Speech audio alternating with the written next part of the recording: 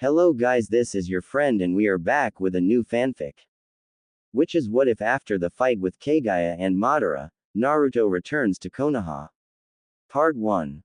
And if you enjoy this fanfic then please press the like button and subscribe to my channel for more fanfic like this. And now let's start the fanfic. After coming back to the village and being appointed an elite Jonin, Naruto had asked Tsunade to hold on to the hat for 2 more years. Tsunade had protested, but Naruto had explained it to her that he will need some time to build up his reputation. A reputation like no other. From then on, Tsunade had sent Naruto on nothing lower than A-rank missions, knowing he could easily handle them. Naruto's reputation in Konoha had already risen in just 4 months after his return due to the fact he had completed 5 S ranks in that time. He had also changed his clothing to something much more practical and stylish. He now wore dark blue Anbu pants, loose until they were wrapped with black tape at the ankles and had an orange lining running on the sides. He also wore ninja shoes instead of the standard ninja sandals. He also wore a semi-armored full sleeves dark blue that also had an orange lining running on the sides with a collar covering half of his neck. It hugs his arms and upper body to show the ripped muscles on his upper body and arms. The new Jonin jacket was worn by him along with fingerless gloves with plating on the back of his hand and on the knuckles. The gloves wrap comfortably up to his wrist. He also wears a dark blue coat like his father but has white flames licking at the bottom. A dragon was drawn on the upper back, signifying his status as the Dragon Sage. When Tsunade had first seen his new appearance, she had fainted. Naruto looked like his father's twin. Well, he did before as well, but with the similar clothing, it was hard to not deny that Minato had come back from the dead. In a year, he had earned himself the nickname of Shimei Tekina Senko, literally meaning the lethal flash. He was so fast in dealing with his enemies that they could not even catch a blur. He also never played with his enemies, dealing with them with a ruthlessly lethal efficiency. If you are his enemy and see a flash, you are dead. He had even set a new record of doing the highest number of S ranks in 1 year. 25 S ranks was nothing to scoff at, beating his old man's record by 3 missions. Naruto was at his residence, relaxing with some meditation when he sensed an Anbu arriving at his door. Hearing the door knock, he got up, grumbling about Anbus interrupting his relaxation time. He opened the door and asked, annoyance clearly displayed on his face, "What's the matter now?" The Anbu involuntarily shivered at the annoyance on the blonde's face. He had clearly interrupted something and now the strongest shinobi in the world was annoyed at him. He forced down his nervousness and spoke, "Hokage-sama wishes to speak with you quite urgently, Namikaze-sama." Another thing was ever since his return from his training trip, everyone except his friends started calling him Namikaze-sama. It frankly disgusted him. They hated him first and when his heritage gets revealed they start to kiss the ground he walks on. Naruto raised an eyebrow in confusion, is this about a mission? Not exactly, though she could give you a mission after briefing you, the Anbu replied. Naruto nodded and said, all right, I'll be there in 5. The Anbu nodded and vanished in a flicker of leaves. Naruto dressed up in his mission clothes, supplies enough for an S-rank mission. In the past months, he had gotten so much used to receiving S ranks on a regular basis that he would automatically resupply himself for an S-rank mission every time. He had even changed the writing at the lower back of his cloak to lethal flash. He teleported himself to outside the door and banged his door open, waking up Tsunade from her nap rather violently. As she laid her eyes on Naruto who was stupidly grinning, she half-heartedly threw the bottle of sake at him. Naruto simply leaned to the side, the bottle harmlessly passing by his head and shattering behind him. It was always so fun to annoy her. He turned serious and asked her, so Ba-chan, why did you call me? Tsunade herself turned serious, Naruto, the council is pressuring me to activate the Clan Restoration Act on you. Naruto scowled, you can tell those disgusting power-hungry bastards to off. There's no way I'm gonna take any of them up on their offers of marriage contracts. We both know what they want. Tsunade knew what Naruto was talking about. Ever since Naruto claimed his inheritance and seats on the council, the civilian council had been pressuring her to activate the CRA in Naruto's case. But she and Naruto knew that the council was after the power behind the Uzumaki and Namikaze clans. They detested how the demon brat was the head of two of the most powerful clans of the shinobi nations. Tsunade had put her foot down on the matter along with Naruto that he was not going to become a breeding factory, no matter how much they claimed that they were doing this for his betterment. She would watch out for her son until her dying breath. The council did back off for some time, but they would mention it now and then. She was, frankly saying, getting tired of it. Tsunade sighed, as much as I want to, I can't stop them from expressing their opinion. But you have to resolve this issue quickly, Naruto. I can't hold them back forever. Naruto adopted a fierce scowl. As much as he hated to admit, there were some things not even the Hokage could do.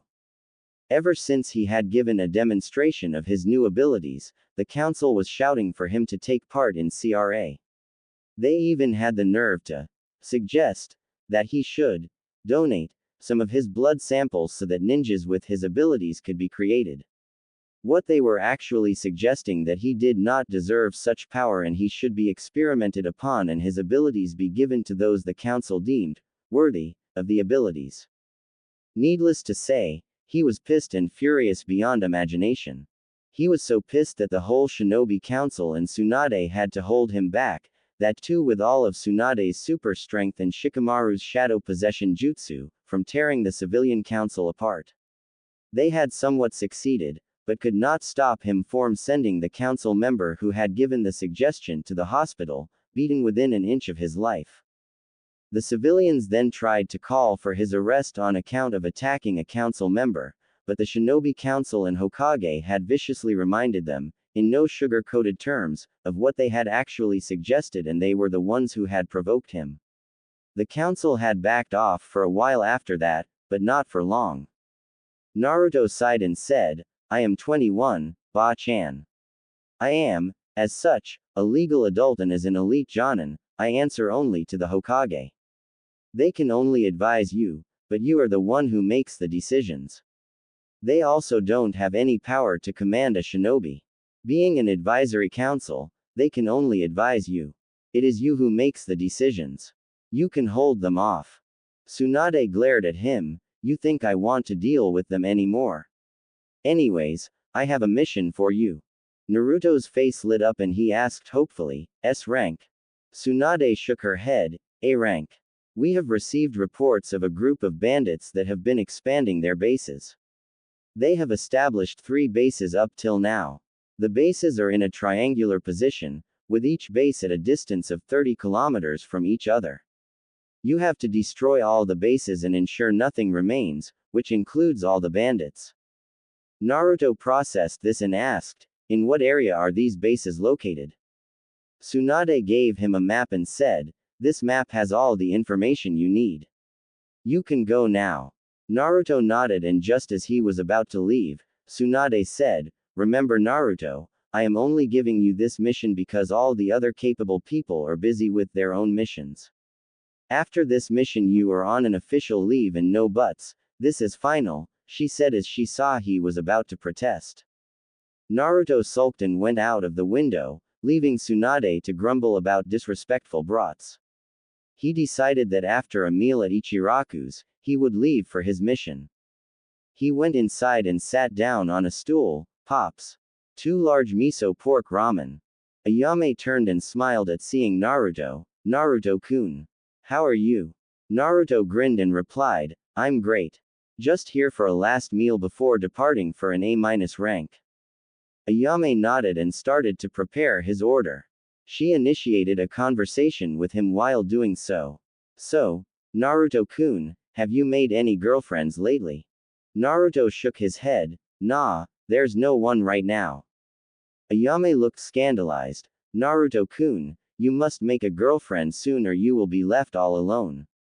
Naruto sighed, I will. Ayame Ne-chan, but only when I find the right girl. Those damn council members want me to marry in their families so they could get a taste of my fortunes. Ayame nodded, understanding him. Naruto had a lot in his plate from the civilian council. They just could not take a hint to leave him alone. As Naruto ate his food, he thought of someone he had not seen for a long time, Yukio Uchiha, his best friend. She had vanished after the Fourth Shinobi War and had not been seen since then, making it 4 years since he had last seen her. He sighed, no use thinking of her right now. He would find her when he gets his official leave. He finished his meal and thanked Ayame, departing for his mission in a flash. XXXXXXXX. The mission was relatively simple, considering what he was capable of now. He scouted a base, found out the number of bandits in a base, layout of the base, and then with his knowledge of sealing, he created explosives that would have made Deidara proud of him. He destroyed everything, leaving nothing to salvage. He set his explosives such that all the explosive seal arrays on all the bases needed just one seal to activate. In one night, all the 3 bases were wiped out simultaneously in huge explosions. Naruto decided that since the mission was already over, he might as well stay and explore the village and its surroundings. An A-rank mission can last almost a month, but it took him only 3 days to complete this one. The village was small and by no means a shinobi village, but the life was peaceful and the people were quite friendly. He explored the various shops and restaurants in the first week and was going to explore the forest next. As he was walking along a river that flowed in the forest, he sensed 6 chakra signatures closing in on him.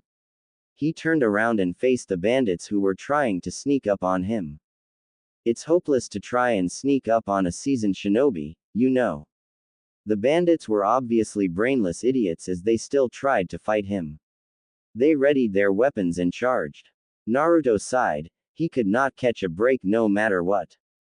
Just as he was about to use his speed to kill them, a single kunai came from his right, whizzing through the air. It cut through the throats of all the bandits in a single motion. He instantly looked in the direction from which the kunai came and saw a hooded figure about 100 meters from his position. But that was not the only thing that caught his. He also caught an orb of red and a purple one. There's only one person in the whole world who has those eyes. He thought as he gave chase. The figure tried to evade him, but due to his speed and sensing abilities, it was futile. I'm not letting you push me away again. He thought with a growl as in an instant he covered the distance between them and grabbed her out of air. They both fell to the ground but Naruto shielded her with his back.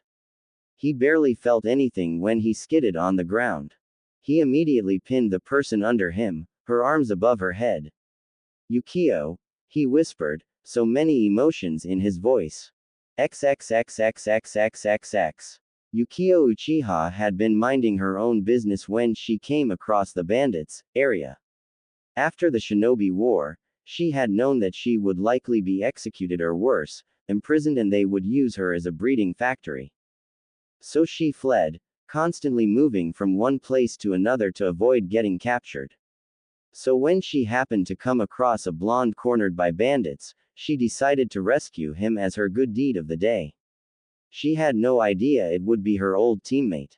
He had given chase as expected, and was surprised when he tackled her with a burst of speed she had not known him to possess. He had pinned her under him, with her arms above her head. Yukio, he whispered, and her heart ached when she heard his voice after so many years, with so many emotions behind it. The truth was that she had known that her feelings towards Naruto extended beyond the boundaries of friendship. But she had been afraid and had always pushed him away, her heart aching a little more each time she did it.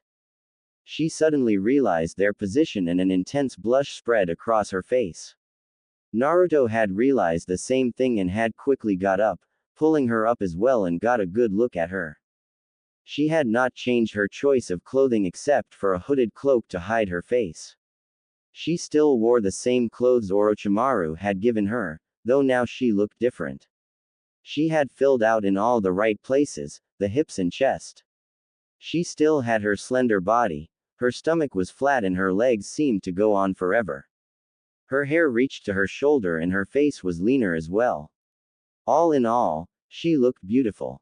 Yukio smiled at Naruto and said in a soft voice, "It's been a long time, Naruto." Naruto just stared at her, and just when she was getting worried, he wrapped her in a tight hug. She was shocked, and was further shocked when she felt Naruto shaking. He was sobbing while holding her like she was a lifeline. She wrapped her arms around him as well, enjoying the feeling, and it was then she realized that Naruto was now a good deal taller than her, at least by 8 inches. She stroked his back and whispered in his ear, "Shish, it's okay. You finally found me, Naruto." Naruto pulled back and hastily wiped his tears. I wasn't crying. Just got something in my eye." Yukio laughed, and God, it was the most melodious sound he had heard in almost 5 years. "Sure you weren't," she slyly smirked. She asked him, "What are you doing here?" Naruto brightened up considerably. "Oh, it's nothing, just here for an A- rank mission is all." "What about you?" Yukio shrugged, seeing no harm in telling him, "I'm currently living here." Naruto did not miss when she said, "Currently, you are constantly moving so as to avoid capture, aren't you?" She nodded, "And you have grown smarter, Naruto." She then had an idea, "Where are you staying?" Naruto shrugged, "Nowhere at the moment. I just improvise." Yukio smiled, "Would you like to stay with me until your mission is completed?" Naruto was shocked and also a little touched that she would make such an offer to him. A moment later he smiled and said, "Lead the way." Naruto walked behind Yukio, glancing around the forest scenery. He had been surprised when she told him that she lived in a clearing near the river. He turned his head back to the front and quickly glanced back away. Yukio knew exactly what was happening behind her. She smirked, proud and honestly quite flattered that he would stare at her ass. She deliberately added a little more sway to her hips, hoping he would notice. Naruto did not disappoint. Naruto glanced back at Yukio, but this time he was unable to look away. Those perfectly shaped and sized hips were swaying so enticingly, he couldn't stop a little amount of blood from coming out of his nose. "I never thought I would say this, but this Uchiha is the perfect mate for you, Naruto," Kurama said in his mind. He was quite amused that so many women threw themselves at Naruto and he didn't bat an eye, but a little sway of hips from Yukio Uchiha had his nose bleeding. What was even more funny that Naruto had chased her across all the 5 nations and still called her his friend.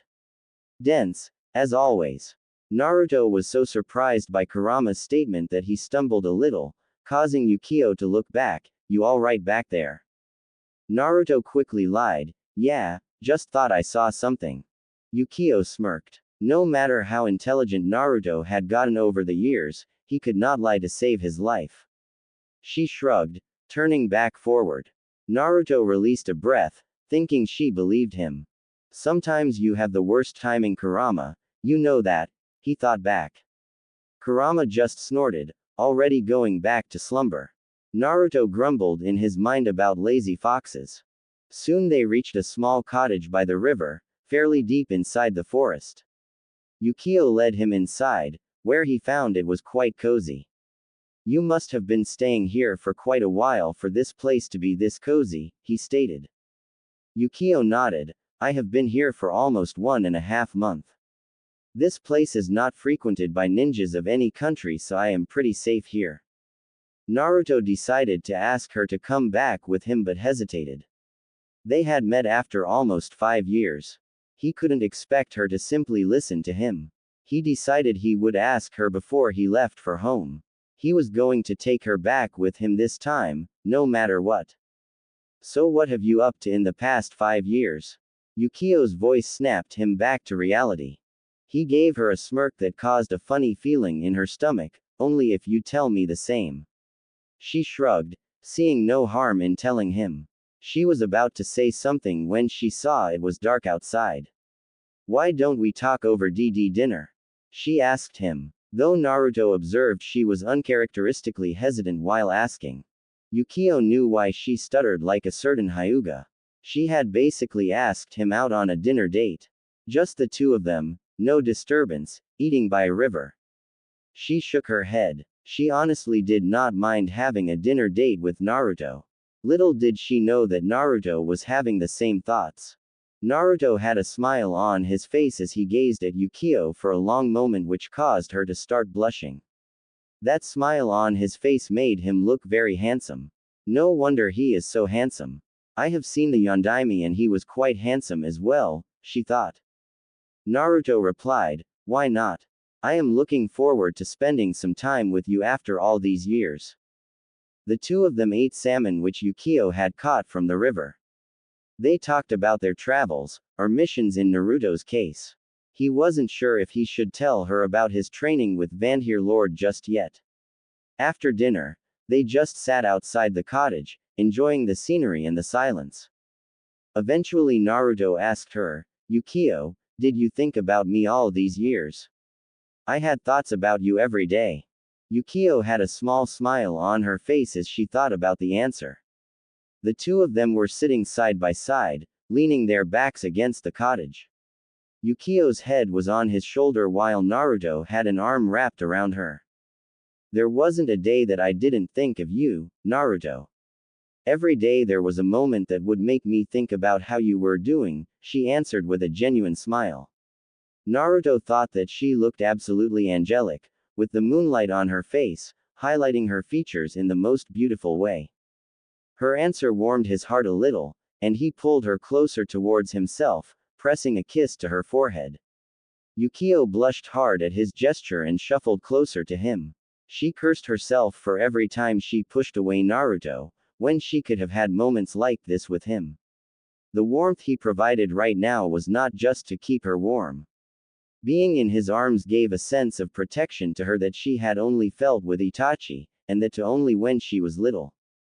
The two of them stayed out for a little longer and then decided to head inside to get some sleep. Naruto automatically steered towards the couch, but Yukio stopped him. Naruto looked at her confused. "What are you doing?" Yukio looked somewhat annoyed. "Who knows how dirty you are currently? You will take a bath first. There's no way my couch gets dirty because of you if you are going to sleep on it." Naruto was taken aback, but quickly agreed.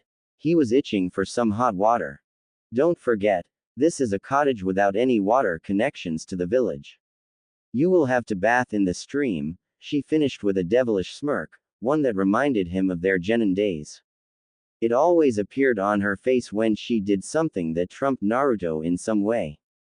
Naruto froze. No hot water. Cold water, that too before going to sleep. He looked at Yukio, who still had the smirk on her face and arms crossed under her chest. He would never say it to her face, but she looked unbelievably at that moment. A defeated expression spread on his face as he made his way towards the water body, a towel in hand. Yukio then turned and went into the bedroom and changed her clothes to sleep. She snorted when she thought of his expression about having to bath in the stream. Did he really think that she had no hot water? She was no seal master but knew enough to convert the cold water in her shower to hot water. "Yes, she has a proper bathroom, thank you very much." Naruto grumbled as he walked back with the washed clothes in his hand. Yukio could be very evil when she wanted to be.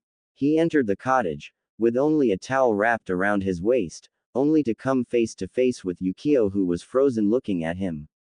He blushed when he saw her nightwear, which left little to imagination. She was wearing a loose tank top with tight shorts which highlighted her lower curves quite obviously.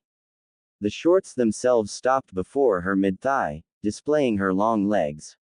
Yukio herself wasn't doing any better than him. She had no words to describe him other than, absolutely hot. His body's pectoral muscles, along with a perfect set of an 8-pack that looked to be cut out of stone, made her want to jump him right there and then. Not to mention those gorgeous arms, and had such defined cuts she did not think were possible to achieve. His wild blonde hair, now styled like his father's, only added to his appeal. All in all, he looked like a god. A god wearing only a towel to cover his privates. They stared at each other for a long moment, before Yukio broke the ice, cough, we'll talk about where you sleep after you are dressed. She then went into the bedroom but surprisingly, left the door open. Naruto took one of his scrolls and unsealed a loose shirt and black boxers. He then walked into her room, to see her on the bed in a waiting position. He sat down on the bed. So, where will I sleep? He asked awkwardly. Yukio mumbled something with red cheeks. Naruto raised an eyebrow at her. What was that? You can sleep on my bed, she mumbled a bit louder. Naruto looked shocked and began to protest, but she held up a hand. I don't have any extra blanket and I'm not about to let you sleep without one. It's only logical. That's what she told herself anyway. Naruto looked conflicted but agreed anyways. He prayed to God he did not accidentally grab any of her assets. He lied down on one end and pulled the large blanket over himself. Good night, Yukio, he whispered. He did not expect a reply but smiled nonetheless when she whispered back, good night, Naruto. He fell asleep after a few minutes. Naruto knew he had nightmares. After all, with a life that revolved around killing, who wouldn't? But this time it was much worse. He saw Tsunade's death in the Fourth Shinobi War, Kakashi getting killed after getting his eye ripped out, the Rookie 9 wiped out by Madara's signature fire jutsu. The last one, however, was that Madara held Yukio by her throat and had already ripped out her Rinne Sharingan, preparing to kill her. He woke up in a heavy sweat, breathing rapidly. His shirt was sticking to his body and felt very uncomfortable. He took it off and threw it aside. Only then he realized that a hand was rubbing his back. He turned his head to find Yukio gazing at him with a concerned expression. He looked at her for a moment and then lied back down, but Yukio had lied down beside him and embraced him. He automatically wrapped his arm around her, pulling her close. For the first time in a long time, both of them felt complete and at peace. When the sun's rays hit her face, Yukio's eyes fluttered open and her face broke out into a smile as she felt an arm around her from behind, with a hot breath just under her ear that made her shiver. They had shifted her into an intimate position during their sleep, however Yukio had no problem in this position. She shifted and turned around to face Naruto.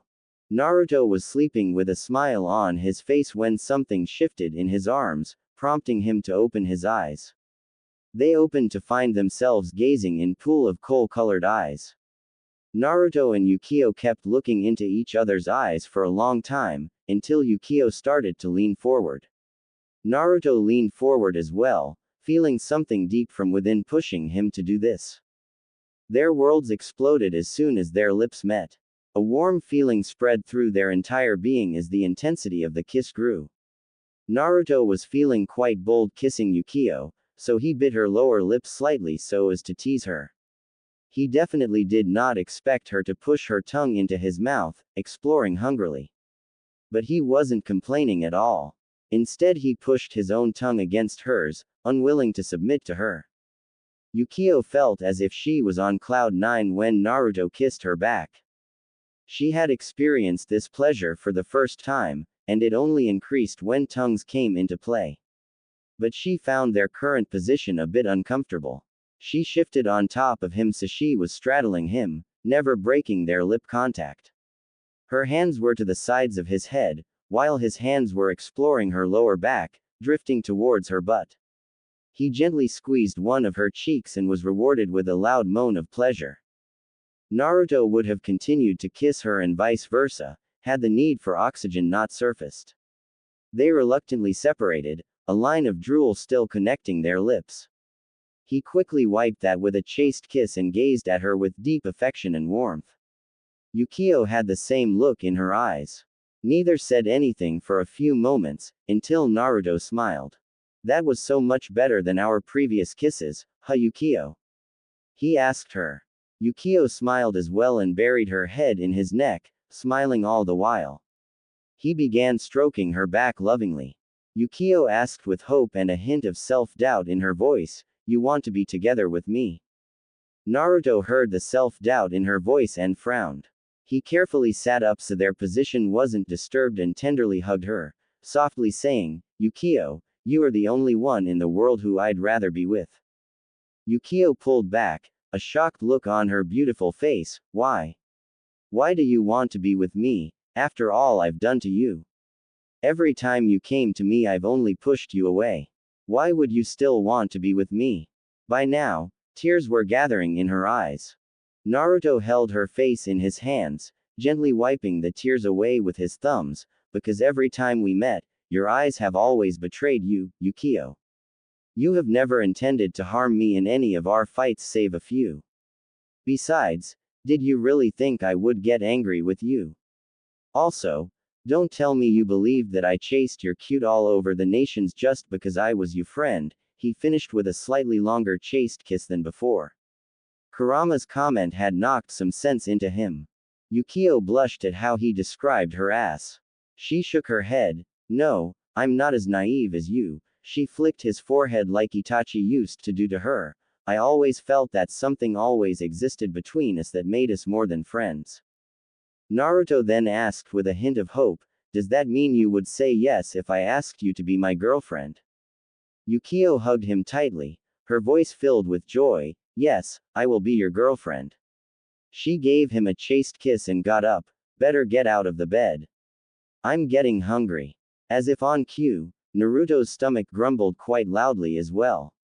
He blushed while rubbing the back of his head. She chuckled. Come on, freshen up. We'll have breakfast in the village. She walked out after that. Naruto released a happy sigh filled with relief. Happy because he now had a beautiful girlfriend and his chances of taking her back to Konaha had increased substantially. Relief because he was glad she did not notice how uncomfortable he was in his boxers. Their intimate position made him hard very fast. It was a miracle she didn't notice.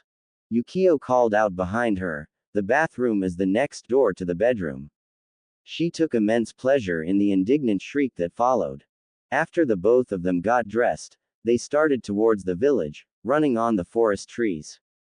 The village was a good 10 miles away, and though they could keep their pace and reach in 20 minutes, Yukio noticed out of the corner of her eye that Naruto was looking bored. While Naruto had no qualms running with Yukio, he had gotten a bit lazy. Well, not lazy, more like he always wanted to finish all the tasks he had as quickly as possible. His super speed had become a large part of his everyday life. He turned towards Yukio, who was glancing ahead. Suddenly, a rather devious idea pooped into his head, but he discarded it immediately. Yukio would kick him in the nuts if he did that. So Naruto, I was wondering how you finished your A-rank mission so early. Yukio's curious voice snapped him out of their thoughts. He turned to her so he was jumping trees sideways, without slowing down. He shrugged, well, I took a page out of Deidara's book and blew everything up. He was right after all. Art is a blast, he said chuckling. Yukio raised an eyebrow at him. Since when did Naruto enjoyed explosions of that magnitude? They reached the village soon after and sat down in a dango restaurant, much to Naruto's complaints. Yukio turned to him, what's your problem with dango? Naruto looked at her scandalized, I am a ramen worshipper, not dango. I am going against my religion, Yukio. Plus, ramen is much better. Yukio simply asked him, have you ever tried dango? Naruto gave her a blank look. Yukio sighed, already annoyed, guess there's a first time for everything. Come on, you'll like it, she smiled reassuringly at him. Naruto at first had doubts that anything could taste better than ramen, but as soon as he tried one, his eyes popped out of their sockets. It was almost as good as ramen, if not better. He rapidly ate his part of the meal and ordered many more. Yukio simply watched in disbelief. She knew Naruto had a big appetite, but 50 sticks were simply ridiculous. Naruto sat back with a happy sigh, a dango stick in mouth. That was good. He would have to try the dango stalls and shops in Konoha as well. He looked at Yukio, who was gaping at him. He asked her puzzled, what? It was then he noticed that everyone was gaping at him, not just his girlfriend. He gave an annoyed look to everyone in the restaurant, what are you looking at? Everyone rapidly turned around, acting as if they were totally not staring at him. He rolled his eyes at their acting and turned back to Yukio, who looked suspicious. I know you have a big appetite, Naruto. But even you cannot eat this much, but you did. How? She had narrowed her eyes at the end of her question. Naruto inwardly sighed, seeing no way out of this talk. He stood up, leaving a large tip on the table that caused Yukio to gape at him and motioned her to follow. I'd rather not talk about it here. Let's head back. They left the village and arrived at the cottage. They went inside and Naruto made himself comfortable on the couch for the long talk that was to come. To his pleasant surprise, Yukio sat down in his lap, straddling him. She poked him in the chest, her Sharingan blazing threateningly. Start talking, Naruto. Sighing, he told her of his training trip, of his meeting with Vanir Lord. He described his training in great detail. Yukio gasped with worry as he described the more violent parts and almost fainted when he described the ritual of summoning the lone warrior. Inwardly laughing, he thought, if she is this close to fainting now, I don't know what would happen when I tell her of the adoption ritual. Naruto then described his Kenjutsu training, following it with the adoption ritual and the following training to achieve his full potential. He then told her how he defeated Vanir, signed the dragon contract and became the second dragon sage after his master. After he finished his explanation, he noticed Yukio's head was down, her bangs covering her eyes. Concerned, he lifted her head up by her chin. Is something wrong, Yukio? He could have stopped the fist to his head easily, but decided not to. Hey, what was that for? He grabbed her wrists so as to prevent her from hitting him, but not too tightly. He was baffled though, when he saw tears in her eyes. You idiot. You moron. What is wrong with you? She had freed her hands and was shaking him by his collar. You just had to bump into the man. Who could have killed you with a tap of his finger. How you are still alive after his training is beyond me. Then you had the gall to accept his offer of a blood adoption. Do you know how dangerous that is? On top of that, you signed a dragon contract and had a stare-off with the boss of dragons. She finished her rant and panted heavily. She just hugged him tightly after that. I could have lost you so many times, you idiot, she mumbled into his chest, still crying. Naruto sighed, lifting her head up. He gently washed away her tears and touched his forehead to hers. Yukio, I went through all of that with the resolve that I would become strong enough to protect my loved ones. There was no way I wasn't going to die before bringing you back to Konaha. I can protect you better now, he whispered softly, kissing her softly at the end. Yukio just looked at the blonde idiot in front of her. The lengths he goes to, just to protect those who he loved. Naruto was surprised when she grabbed his collar, pulling him into a hot kiss. He instantly kissed her back, his hands going to her waist and pull her flush against him. They made out heavily for the next 10 minutes, with the occasional grind and groan from Yukio and Naruto respectively. Yukio finally broke off the makeout session, panting heavily. Don't you ever do something like that again. I don't think I can handle losing you once more, she whispered.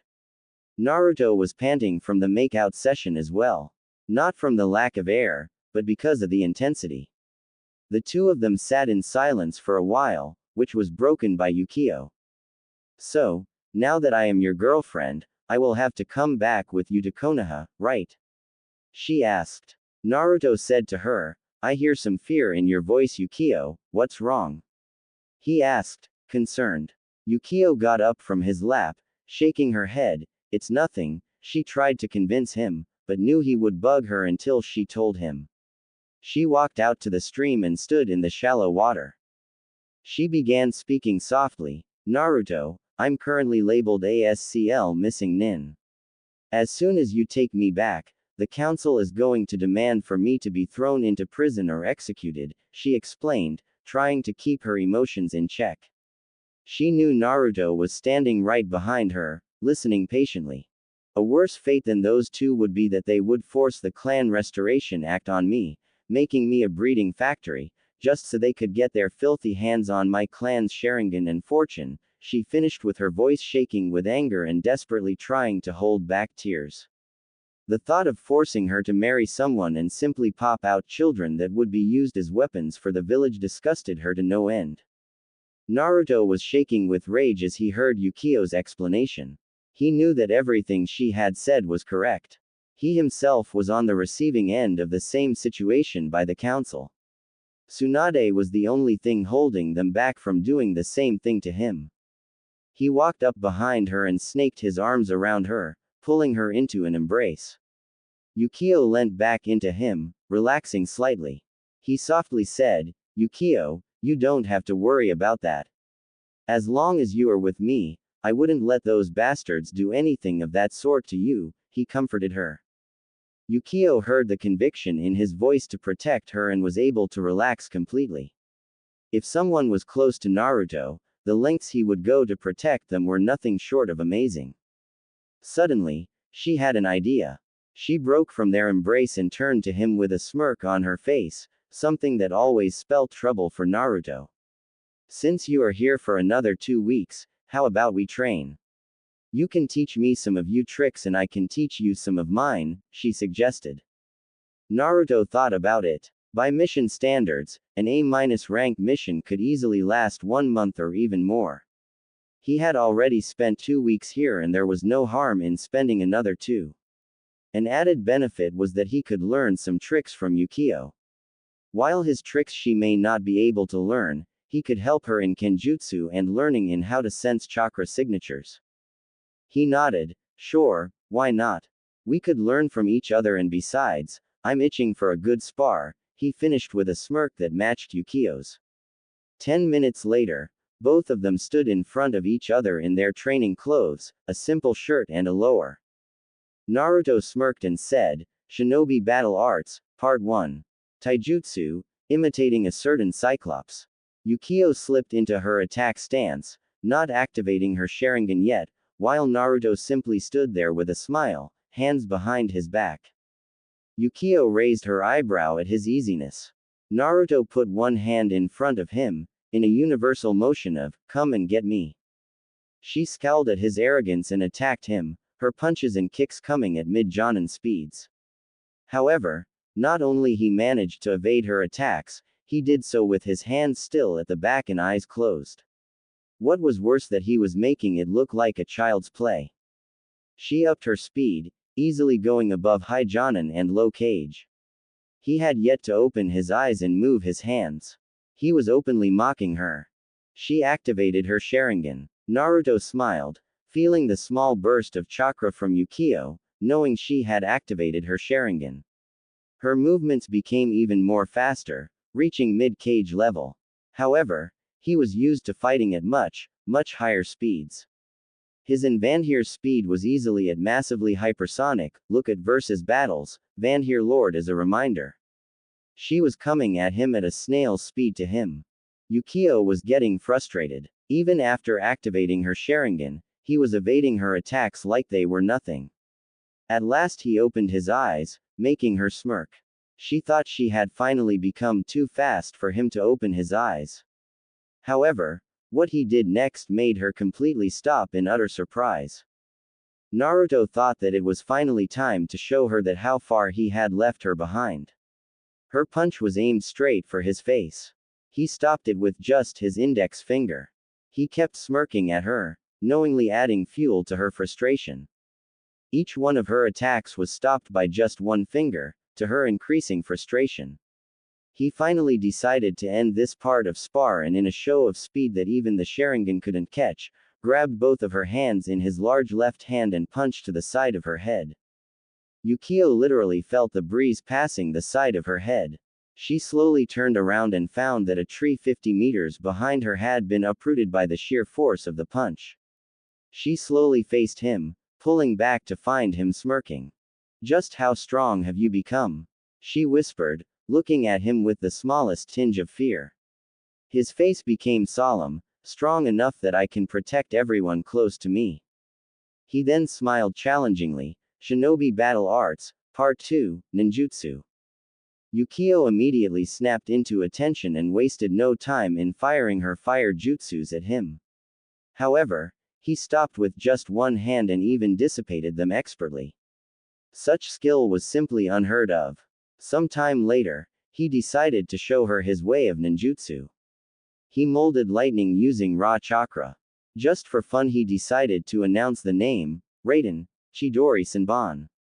Yukio almost fell over from shock when she watched Naruto use lightning chakra without hand seals. Lightning wasn't even his affinity, for Kami's sake. She saw with her Sharingan that he had molded raw chakra into lightning. However, when he announced the jutsu's name, she simply couldn't take it lightly.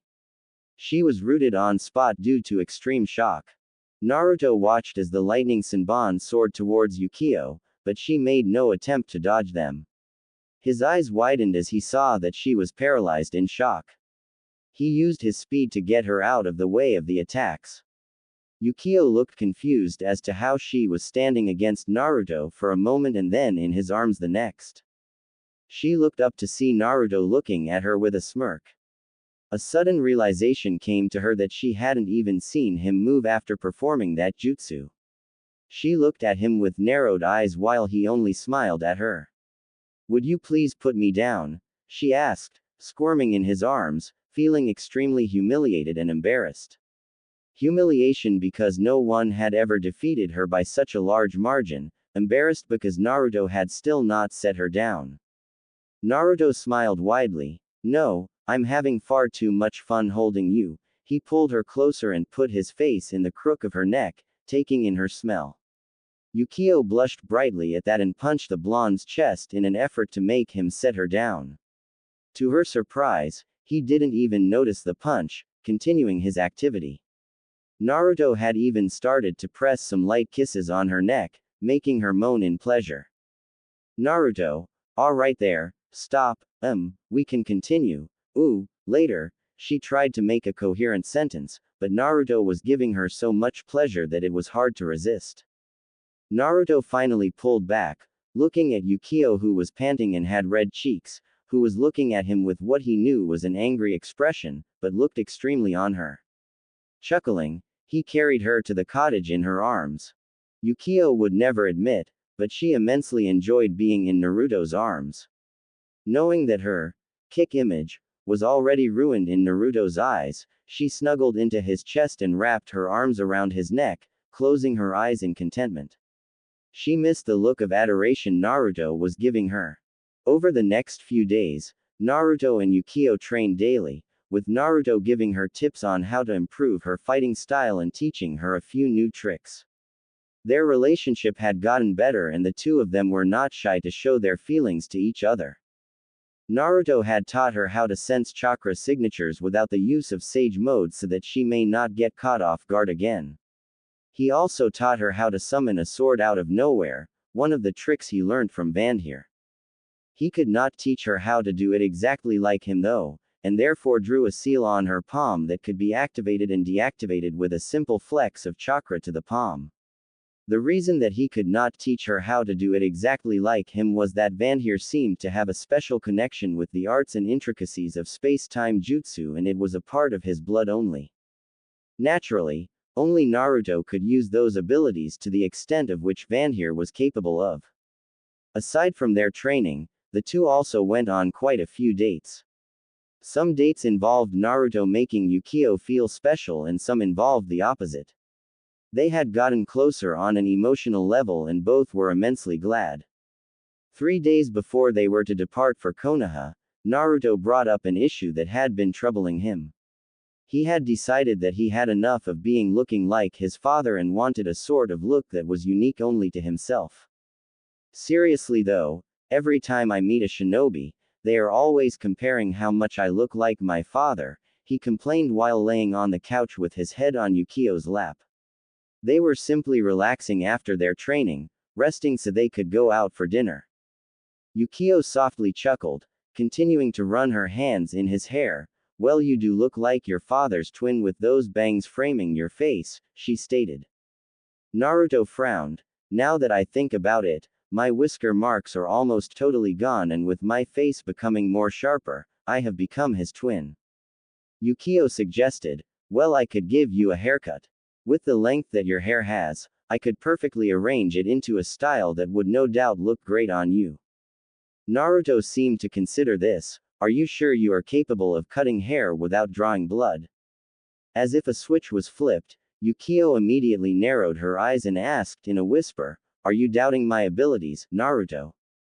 Normally Naruto would have cowered under her gaze, but having received it for years, he simply stared back and said, this is my hair we're talking about.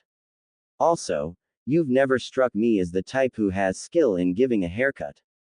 Yukio's gaze softened and she sighed, leaning down to give him a soft kiss. That does not mean I don't know how to take care of my hair. I cut it myself so that it does whip around while a fight is going on. Naruto sat up and turned around. Okay, do what you think is best for me. Yukio raised an eyebrow at the sudden decision he reached and elaborated. I know that you will not make me bald or worse, cut it in irregular places, he said with a sheepish smile, rubbing the back of his head. Yukio nodded to herself, satisfied with his answer. Good, take off your shirt and sit down on the chair, she ordered. Naruto shrugged and took off his shirt, exposing his well-built physique to Yukio, whose cheeks had turned red. No matter how many times she saw his body, she always blushed. She put a towel around him and for the next 20 minutes all Naruto felt was his hair falling down on the floor and the sound of scissors. He could see the look of concentration on her beautiful face in the mirror in front of him. It made her look all the more cuter. He decided to take a power nap until she was finished. Yukio triumphantly put her hands on her hips as she finished styling his hair, but frowned at the lack of emotions from the blonde in front of her. She shook her head in fondness as she saw that he had nodded off. She wrapped her hands around his neck and kissed his cheek, softly saying in his ear, wake up, Naruto. Naruto felt himself being woken up by his girlfriend and snapped his eyes open, making Yukio doubt if he was sleeping at all. His eyes widened as he saw his new hairstyle. His hair was still long, but not overly so as his father's was. The bangs that framed the sides of his face were now gone and his front hair was styled so that his bangs casted a sort of shadow over his eyes. His sharp bangs now flowed along his jawline. Search Dongai Ichigo's hairstyle.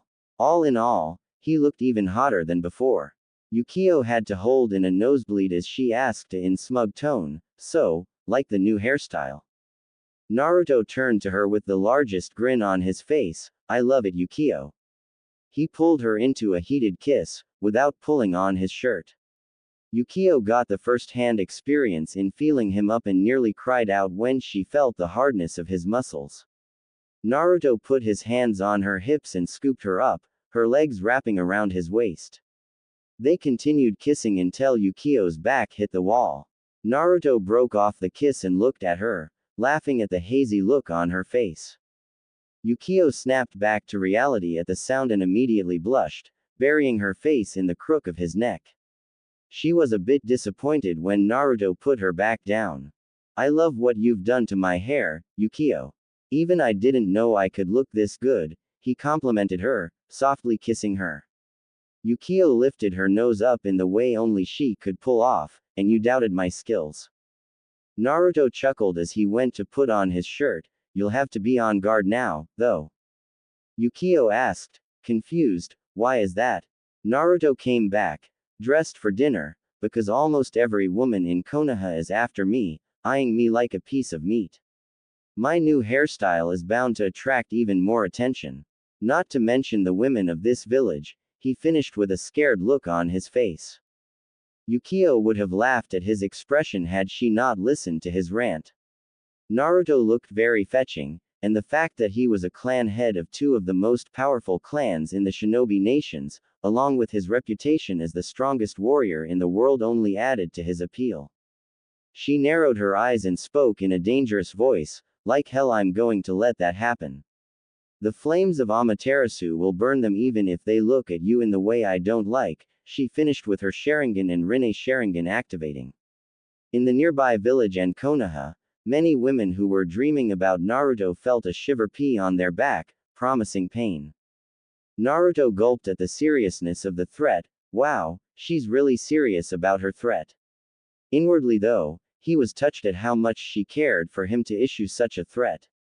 Besides, She thought with some sadness, I've got a lot to make up for what I've put you through, Naruto. As they went out for dinner, Yukio glared at almost every woman who glanced at Naruto with lust in their eyes, scaring them away and giving them the message, he's taken.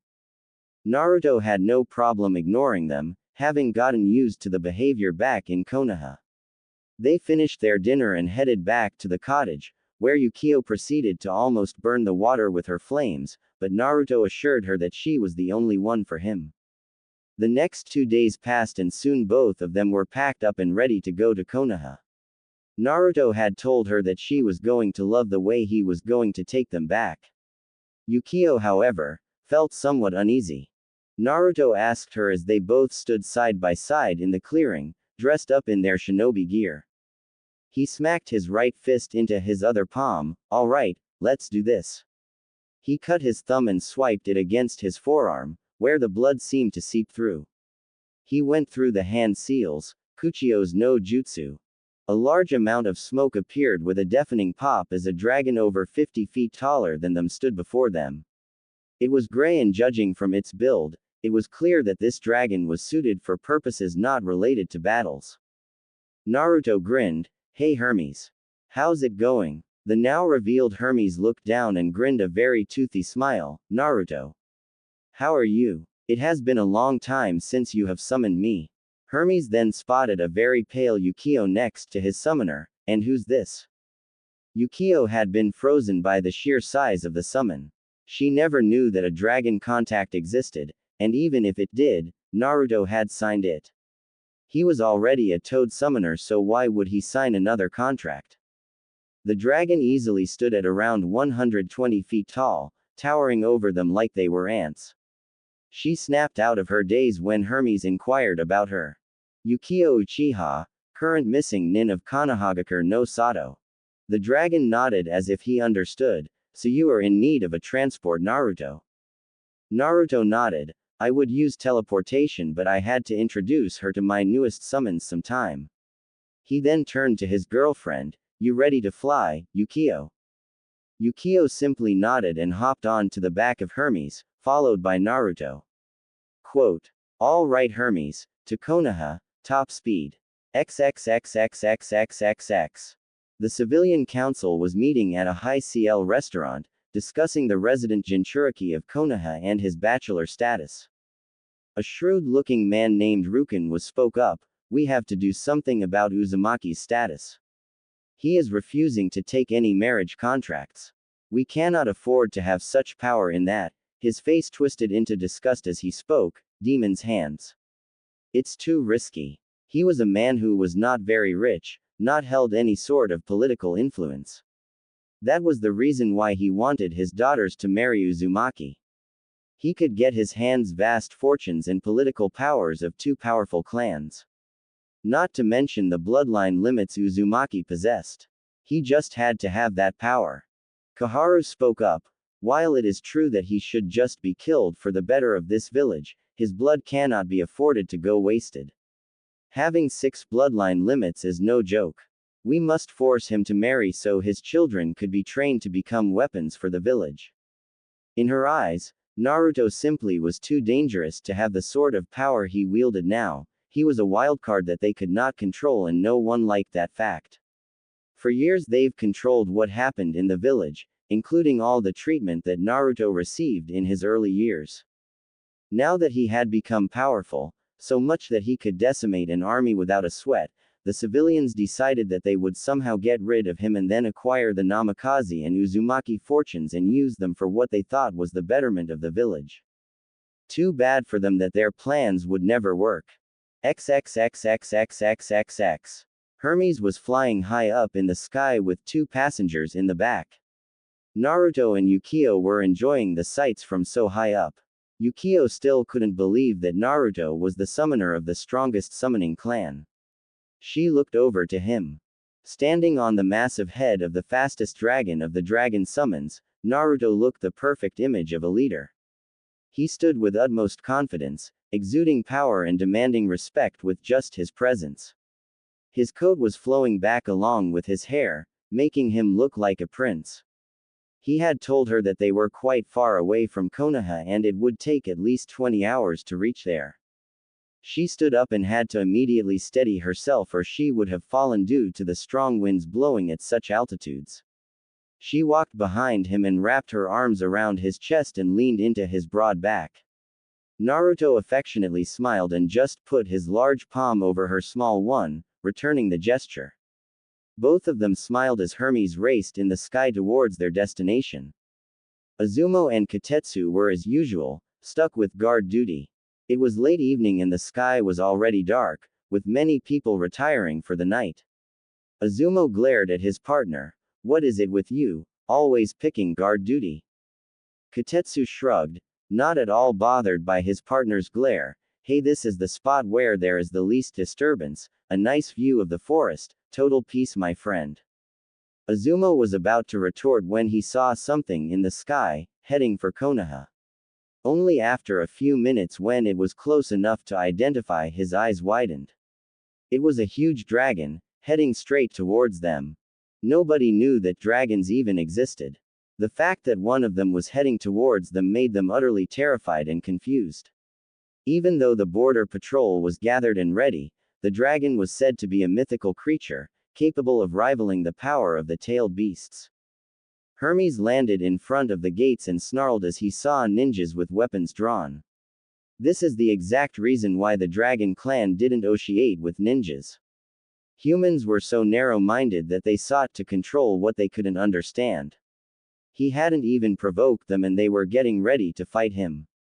Elder Council members Kaharu and Homura also stood among the border patrol. They were retiring for the night when they saw a beast heading towards them. So they sought to see for themselves. Naruto and Yukio were sort of hidden behind the head of Hermes. You ready for this, Yukio? Naruto asked her with a grin.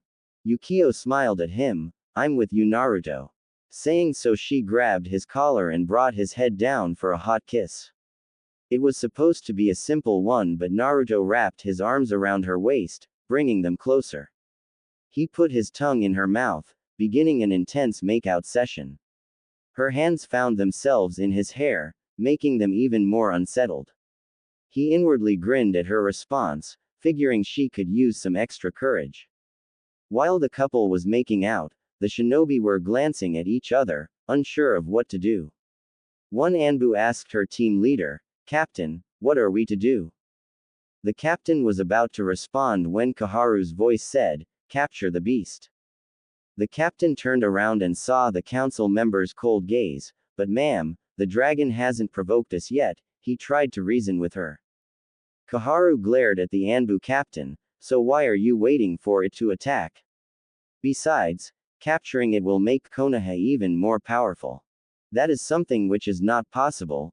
A loud voice came from the back of the dragon and everyone's eyes widened as they saw Naruto descend from the dragon's back. He walked towards the council members and leveled a sneer at them. You old farts just can't let go of an opportunity to gain power, can you? Homura snarled at the boy, you dare talk to us this way? You will show us respect. Naruto glared in return, I will show you respect when you do something to earn it, you power-hungry imbecile. Many shinobi were shocked at the blatant disrespect Naruto was showing. Kaharu decided to intervene. You will show respect, and besides, Naruto cut across her like she wasn't even there, you cannot take my summon a prisoner. That is quite a welcome you have, Naruto. Another dry voice came from behind the dragon, putting the shinobi on guard again. A large puff of smoke sent Hermes back to the summoning realm. As the smoke cleared, many shinobi almost fainted from what they saw. Yukio Uchiha had returned to Konoha, and she looked pissed. Saying that the atmosphere in the council room was tense was like saying Tsunade only drinks a little. The tension could be cut like a hot knife through butter. On one side it was Naruto and Yukio, both glaring at the council, and on the other side it was the council, glaring at them back and silently making schemes in their heads. Tsunade was looking at Naruto. More specifically, the way he was standing slightly in front of Yukio, as if to protect her. That made her inwardly raise an eyebrow. Something had to have happened when he found her. I know that Naruto always has been protective of her, but this time it's somehow different. Tsunade decided to speak. Jonin Namikaze, would you please tell us as to how you found Yukio Uchiha? Naruto replied, the full report or the brief? Tsunade waved her hand, keep it brief. You can submit the full report to me later. Naruto started, I had just completed the mission objectives when I decided to stay for the festival. Mostly because I wanted to ensure that no bandits remained. What he said was partially true, as bandits do most of their attacks in heavily crowded areas and the festival was the perfect place for that. However, the shinobi side of the council, as well as the elder council members, knew that the reason was totally bullshit. While the elders hated to admit this, Naruto was always very thorough in his mission. There was simply no way a bandit would be left after he blows up the bases. But as much as they wanted to, they couldn't call him out for it. A-rank missions usually take almost 4 weeks. He could easily say he was delayed. Naruto continued with his report, describing how he was exploring and got attacked by bandits and how Yukio intervened before he could take care of them. You mean saved you? Yukio corrected him with a smirk. No, I was about to bash their skulls when you slashed their throats. I didn't need your intervention at that point, he said while glaring at her. Dream on, big boy, she glared back at him. The Shinobi Council and Tsunade had only one thought, they are arguing like a couple, they thought with a smirk. Even the Civilian Council picked up on this, but their reactions were to stare at the couple with horror. What if they really are one? They thought. While almost everyone in the village knew the relationship between the last Uchiha and Naruto, including the Civilian Council, they never gave the idea a second thought that they would become a couple. If they did, they would become too powerful and it would get difficult to control that sort of power. Tsunade announced, now, we have to decide on what to do with Yukio Uchiha. She didn't fail to notice that a small amount of fear entered Yukio's eyes, nor did she miss the slightest narrowing of Naruto's eyes.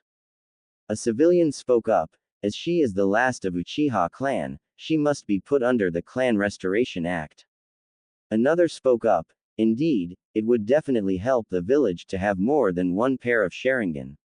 The children would become powerful enough to serve this village. Yukio and Naruto were glaring at the civilians by now. The greed in their voices was unmistakable. No matter what they said about the Sharingan benefiting the village, they both knew they just wanted to keep the Sharingan under their thumbs. Yukio spoke up before Tsunade could. Her voice contained anger that was barely kept under wraps. I am not going to become a baby-making machine. I will marry, but not to make babies that you want to control as weapons for this village. Rukan spoke up and shouted, how dare you speak to us like that? We are the Civilian Council. Naruto quickly took his chance to butt into the conversation, exactly my point. Since this is a shinobi matter, Hokage-sama, why is the Civilian Council present for this meeting? A random civilian stood up in outrage, we are part of the council that advises the Hokage. Naruto held up a hand, his usual foxy grin on his face, let me stop you right, council member. As you said and what I have been trying to tell you in all our past meetings, you are only an advisory council and as such you can only advise the Hokage, not order her around. Kaharu went to open her mouth to interrupt him before he made things too bad for the civilians, but Naruto didn't let her utter a word. Also, ever since you lot started bugging me about clan restoration, I looked up the rules and regulations and guess what? You can't order any shinobi around and the Hokage clearly falls into that category. He then turned to Tsunade, whose eyes were twinkling with mirth. Hokage-sama, since we are to decide the fate of a shinobi, I believe that the Civilian Council should leave, as this clearly is a shinobi matter. Naruto's smug face even had Yukio laughing on the inside. She may not have despised the Civilian Council when she was small and they kissed the ground she walked on, but as she grew up she realized that they just wanted to appease her so she could breed children with Sharingan. Naruto had to hold his laughter at the faces that the council was making. In fact, the whole shinobi side of the council had blank faces, but if carefully observed you would see their lips twitching ever so slightly. Homura spoke up, glaring at Naruto like he wanted to kill him. You would do well to remain quiet, Uzumaki, he gritted out, and in his anger, he forgot that Naruto was a clan head now. Naruto rose an eyebrow and replied with a hint of steel in his voice, and you would do well to remember to address a clan head with respect, Homura-san. Yukio's eyes widened very slightly as she sought his eyes with a questioning look. He shook his head, his eyes conveying the message. Later, Yukio nodded, her eyes back on front as she thought about this new piece of information. She had thought about Naruto and her marrying, but Naruto being a clan head would mean that they would have a lot of sway in political matters considering his reputation and her power as clan lady. Homura looked like he would die instead of giving Naruto respect. I apologize for my disrespect, Namikaze-sama, he gritted out. Naruto nodded and turned his face back to the front. Tsunade was thinking hard. While Naruto had not so subtly pointed out to the civilian council that their presence was not required, she was giving her previous thoughts some serious consideration. Two clan heirs, both the last of their clans, both very powerful shinobi, and if my intuition and their interaction is anything to go by, clearly a couple, she thought. But first, to address the civilian council. Naruto is correct. Anbu, please escort the civilian council out of these chambers. The Anbu dropped out of their posts and carried out the Hokage's orders. The civilian council glared at him all the while when they were escorted out. Then she grinned. Naruto Namikaze, she began, getting Naruto's attention, it is my decision that Yukio Uchiha would be placed under your security. Since she is a former missing nin and therefore cannot be trusted presently, she will be placed under probation for the next 6 months, by which I mean she will not be performing missions above C rank, with you being her assigned guard. Naruto and Yukio were pleasantly surprised to hear Tsunade's decision. While Naruto was a bit disappointed that Yukio couldn't be trusted, he understood that the Hokage could not afford to be biased in her decisions. Tsunade was dancing inwardly. She made sure that the Uchiha would be kept in check, gave an opportunity for them to grow closer, and the best thing about it all was that the civilian council can't do a damn thing about it. Talk about killing 3 birds with 1 stone. Naruto smiled, understood Hokage-sama. He turned to Yukio, who was trying not to smile. Come on Yukio, we have to get you settled back into this village. Homura and Kaharu were fuming. How dare that brat? First he had the nerve to talk about how civilian council couldn't participate in discussions related to shinobi matters, and then he reprimanded Homura about not respecting a clan elder, and the worst thing about it was that he was right on all accounts. You will get yours Uzumaki, just you wait, he thought darkly before walking out of Hokage Tower.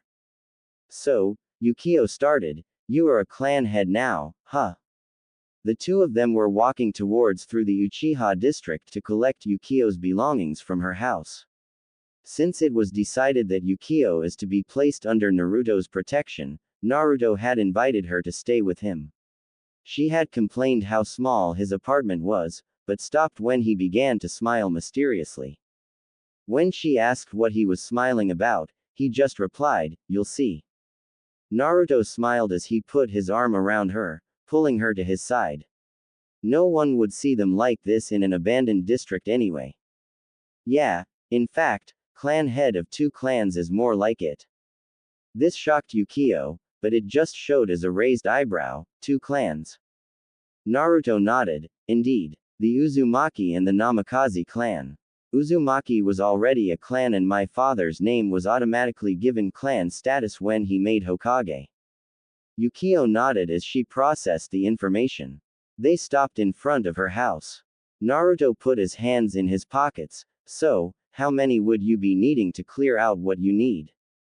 Yukio replied, 30 of them should be enough. As soon as she finished, 30 clones of Naruto soundlessly came into existence. One of them stepped forward, what are the orders, boss? Naruto simply pointed to Yukio, listen to the lady. The clones simultaneously looked towards Yukio, which she found a bit creepy, but shoved the feeling aside. Alright, I want 5 of you. She began giving out orders to the clones. Within 1 hour, All her belongings were packed in 4 boxes. Naruto looked at her. Is that all? She nodded. Naruto then proceeded to use his telekinesis to stack the boxes on top of another and then put the stack in a ceiling scroll. He then turned to the wide-eyed Uchiha. Let's go. Yukio shook her head. I don't know if I would ever get used to it. Let's go. Naruto smiled and put her hand around her waist, both of them vanishing from the spot.